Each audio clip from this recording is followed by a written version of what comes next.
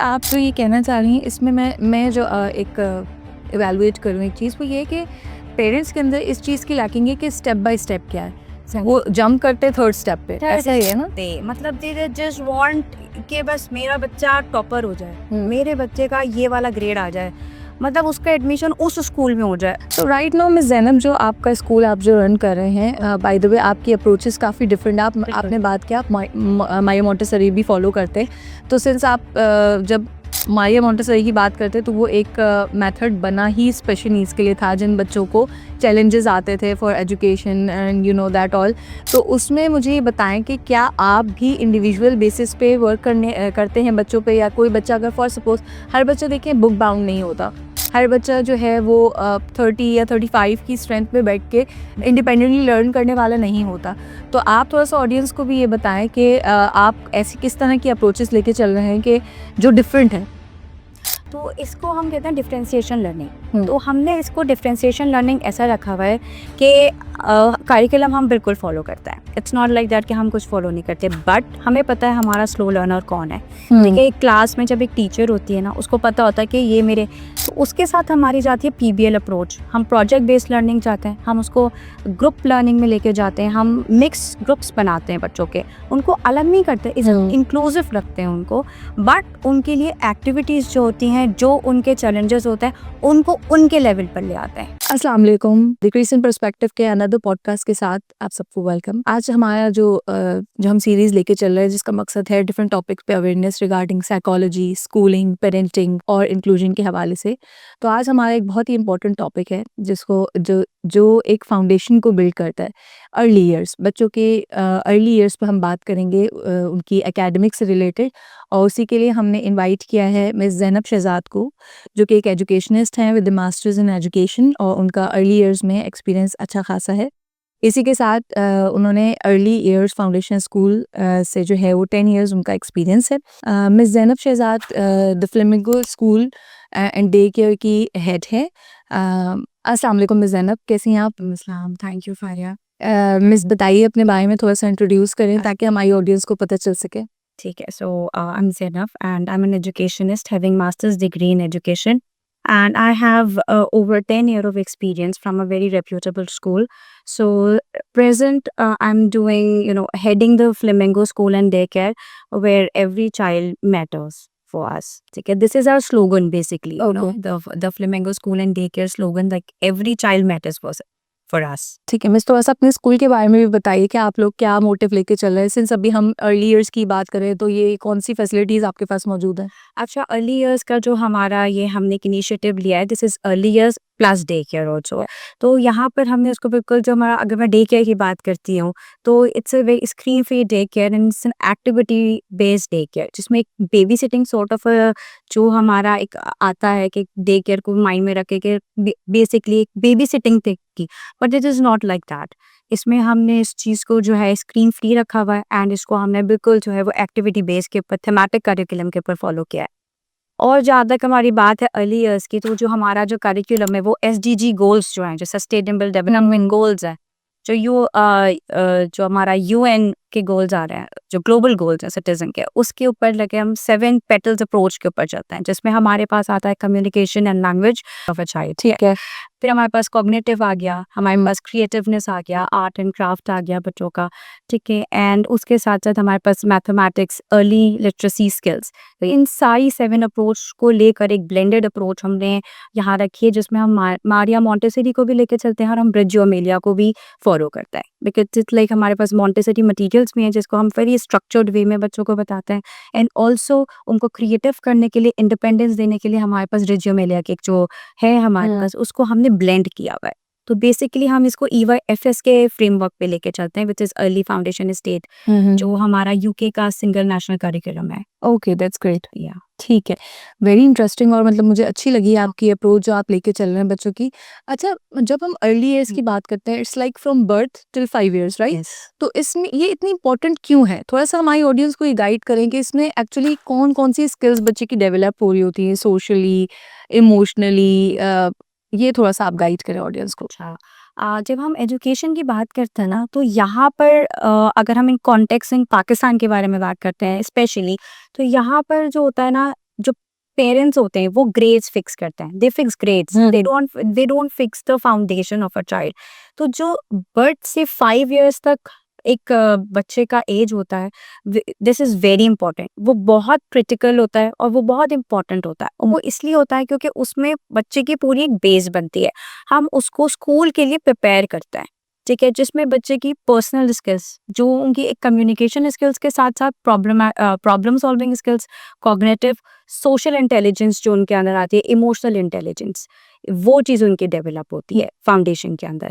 तो foundation stage को जो बहुत से पेरेंट्स, मैं यहाँ पे कहूँगी फारिया, इसलिए क्योंकि हमारे यहाँ ना पेरेंट्स को भी अवेयर होने की बहुत ज़रूरत है। जब वो हमारे पास एज एन एडमिशन भी आते हैं and they ask about the कि what the curriculum you are following, आप क्या कर रहे हैं, आप लोग का क्या है, तो दे directly come on the academics, क्या आप एकेडमिक्स के हवाले से बताएं।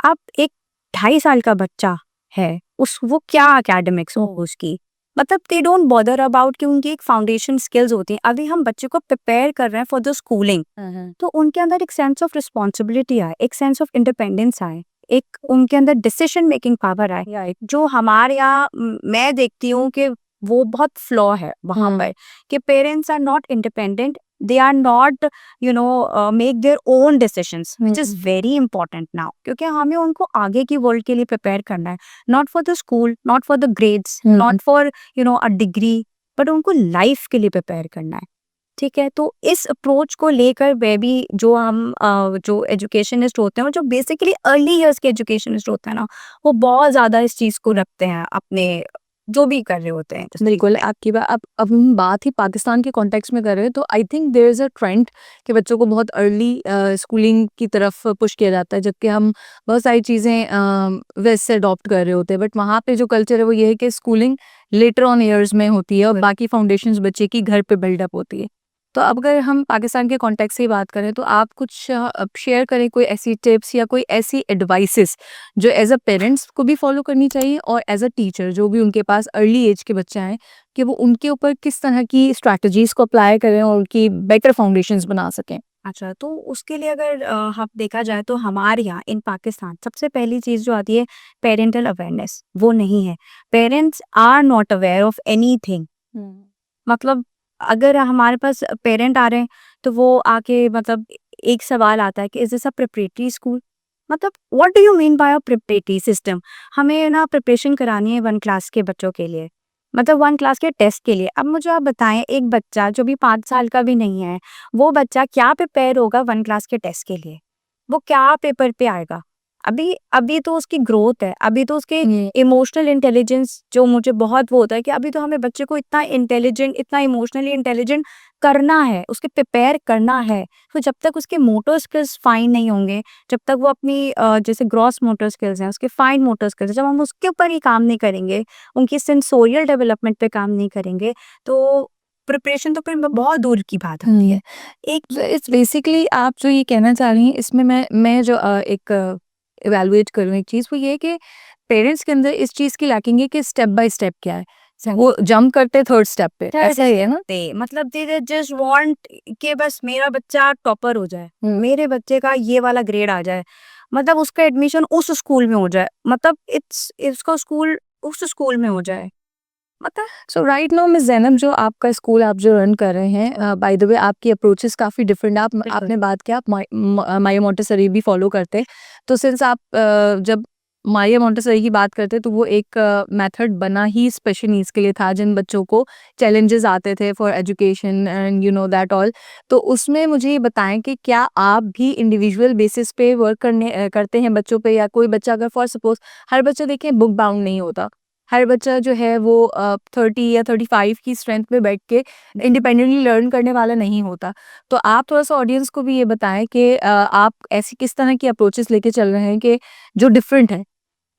तो इसको हम कहते हैं डिफरेंशिएशन लर्निंग। तो हमने इसको डिफरेंशिएशन लर्निंग ऐसा रखा हुआ है कि करिकुलम हम बिल्कुल फॉलो करते हैं। इट्स नॉट लाइक दैट कि हम कुछ फॉलो नहीं करते, बट हमें पता है हमारा स्लो लर्नर कौन है। ठीक है, एक क्लास में जब एक टीचर होती है ना, उसको पता होता है कि ये मेरे, तो उसके साथ हमारी जाती है पीबीएल अप्रोच। हम प्रोजेक्ट बेस्ड लर्निंग चाहते हैं, हम उसको ग्रुप लर्निंग में लेके जाते हैं, हम मिक्स ग्रुप्स बनाते हैं बच्चों के, उनको अलग नहीं करते, इंक्लूसिव रखते हैं उनको, बट उनके लिए एक्टिविटीज जो होती हैं, जो उनके चैलेंजेस होते हैं, उनको उनके लेवल पर ले आते हैं। मतलब उनको बहुत बेसिक कर देता है। और वो ये इसलिए होता है क्योंकि आपके पास कम स्ट्रेंथ होती है। आप अगर बहुत ज़्यादा स्ट्रेंथ को केटर करो ना, तो आप क्वालिटी से जाते हो। आपके पास क्वांटिटी तो आ जाती है, पर आपके पास क्वालिटी नहीं रहती। तो अगर आप स्मॉल ग्रुप ऑफ बच्चों को लेके चलो, तो उसमें ये होता है कि आप हर बच्चे को इंडिविजुअली अटेंशन दे सकते हो। और यहाँ पर जो आपने मुझसे पहले एक सवाल पूछा था ना, जो टिप्स एंड स्ट्रैटेजीज का, पाकिस्तान में हमें जो एक फ्लॉ आता है, पेरेंट के अलावा हमारे पास टीचर प्रोग्राम्स भी नहीं होते कि हमारे टीचर्स जो होते हैं उनको अर्ली इयर्स एजुकेशन में आते हैं जॉब करने या वट एवर, बट उनके लिए ना सर्टिफिकेशन इज़ वेरी इंपॉर्टेंट। उनको एक प्रॉपर इस चीज़ में जो एक डिग्री होती है ना, उनको इसका नहीं है। मतलब अर्ली इयर्स एजुकेशन होती है ना, वो पूरी टोटली डिफरेंट है from the elementary school. BEd भी है तो उसकी भी आप दो स्पेसिफिकेशंस आ गई है। आप अर्ली इयर्स में करो या आप एलिमेंट्री में जाओ। बट मैं अब भी ये कहूँगी, जैसे टीचर्स होती हैं वो आ रही हैं, उनको अर्ली ईयर स्कूल में सर्टिफाइड होना चाहिए। तो आप जाकर एक अर्ली ईयर का एजुकेशनिस्ट और टीचर कहलाते हो।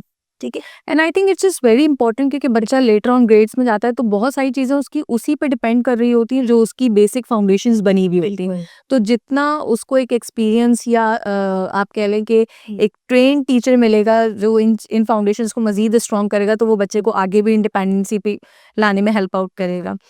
बाय द वे, हमारी ऑडियंस की इन्फॉर्मेशन के लिए, क्योंकि मैंने द फ्लेमिंगो विजिट किया है एंड द माइंड मेंटोर भी हमारे बच्चों के इंडिविजुअलाइजेशन पे काम करते हैं, उनकी जो डिफरेंट नीड्स होती हैं उन पे काम करते हैं। उसके बाद हमारी पूरी कोशिश होती है कि वो मेन स्ट्रीम की तरफ जाएँ और ऐसे स्कूल्स में जाएँ जो इस चीज़ों को अंडरस्टैंड करते हैं और बच्चों के लिए डिफरेंट अप्रोचेस को लेके चल रहे हैं और न्यू जो है टीचिंग मेथडोलॉजीज़ इख्तियार कर रहे हैं।